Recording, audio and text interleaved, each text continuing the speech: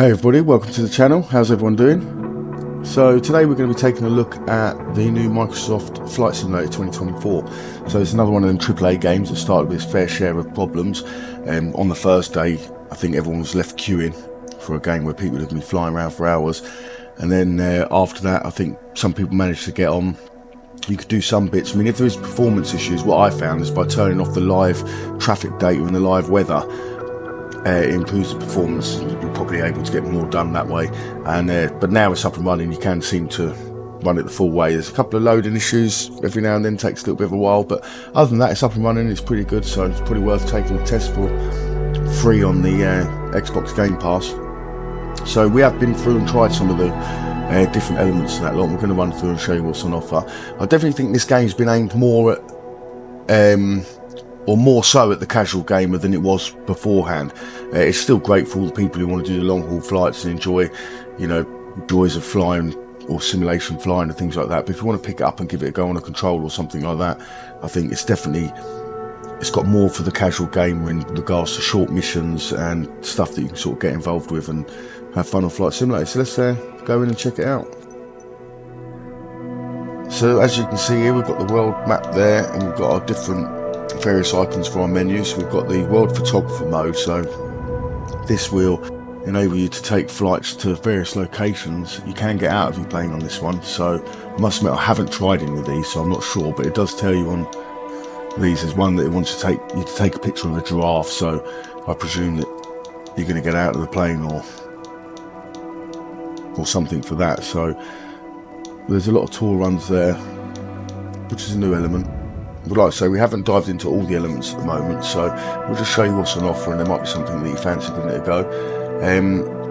You've got the various activities, which was on the last ones. We've got flight training, rally racing, which is racing through checkpoints, as you can see, low altitude runs, which are generally running through places like the Alps or the Pyrenees, and trying to find a low route through, you know, as low as you can through the canyons and valleys without hitting any walls.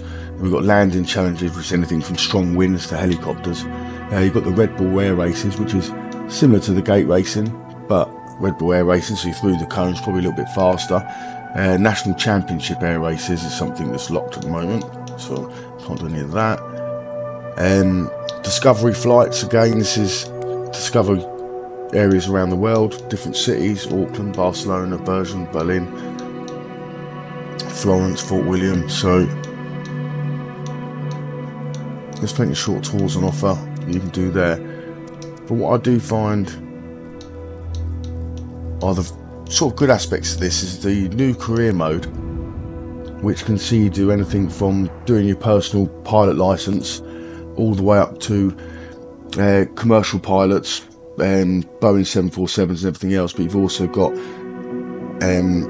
like forest fires, mountain rescue, sea rescue,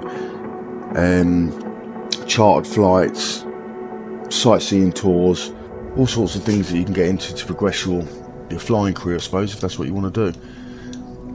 So what you do is you start off and you go into your certification when you first start, and you will have this centre box here. So this is your new career tree that is on offer. So you've got planes to the left and helicopters to the right.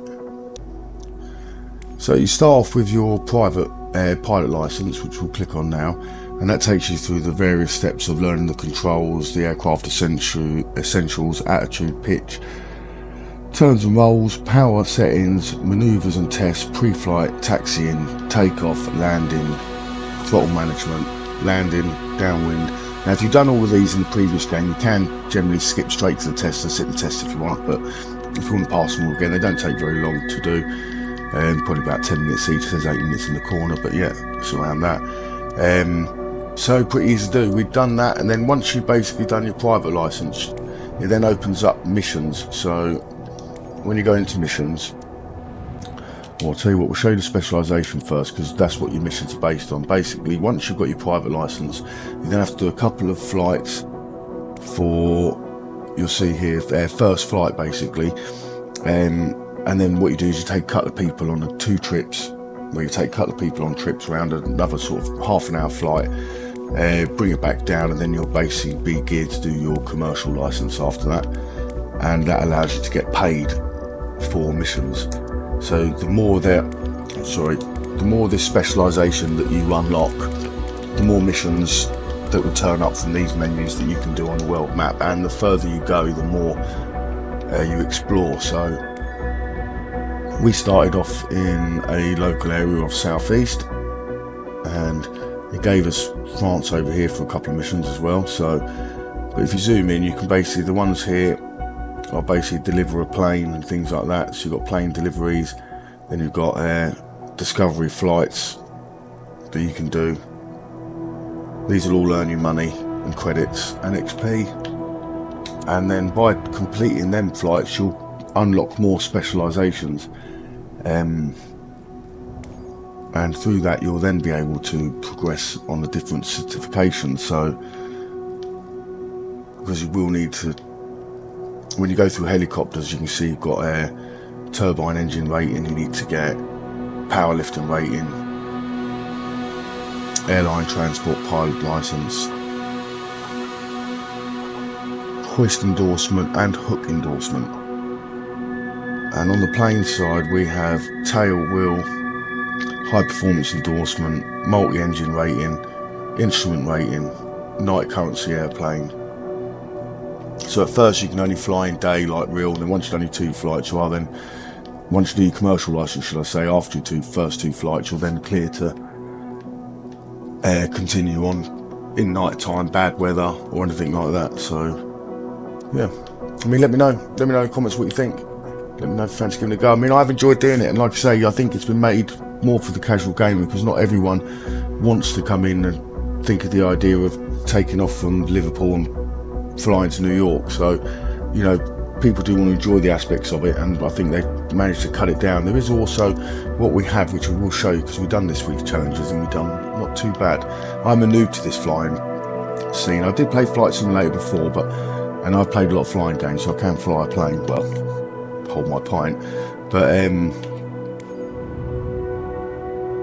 yeah, the Challenge League system they've got, so they've set up like I suppose it's like multiplayer. So there's a league system. You start in the Bronze League, and then the top half get promoted and the bottom half, I think, get demoted, or vice versa. Not too sure how many people go down. Does it show? Oh yes, it's just the bottom 12 down that go down. So what's how many people? There's 14 people there, so I think there could be 15 maybe. Well, there's 14. So this is this week's challenges. We're now in the Silver League, so I got promoted out of the Bronze League last week, and this week we've got a rally race from Queenstown, a low altitude run through the Alps, and a precision landing on Saba, whichever way you want to say it. Yeah, so these are good events. They're generally quite short. I think that's about 2 minutes 20. Haven't done these two yet, so we will progress on to them, and we'll maybe do a video trying these out. I have included a video which I'm going to run now at the end, which has got me doing last week's challenges, and you can see how we fared in those. So yeah, let me know what you think. Let me know if you're going to try out this game. Let me know if you want to see more of Flight Simulator. Like I say, I'm going to show you me doing the test. I'll show you the best way to manage your altitude and things like that. Trim is everything, really. It probably doesn't show you that until you do your commercial license, but it definitely helps early on. Yeah, so stick around, enjoy the next 3 challenges. They don't last long, but they're quite good. We've got a F18 speed run. We've got an F18 run through the Pyrenees, I think it is, or the Bernese Alps, and we've got a helicopter landing on an oil rig. So yeah, check them out, let me know. Thanks for watching, guys.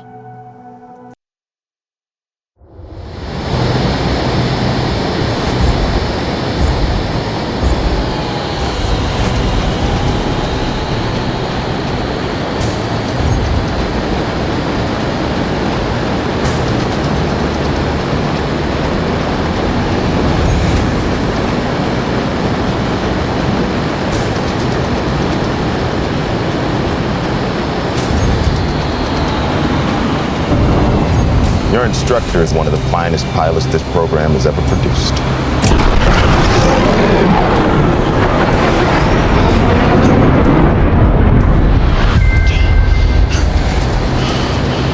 His exploits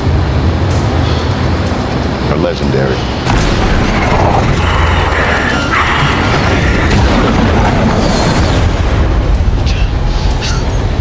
what he has to teach you may very well mean the difference between life and death.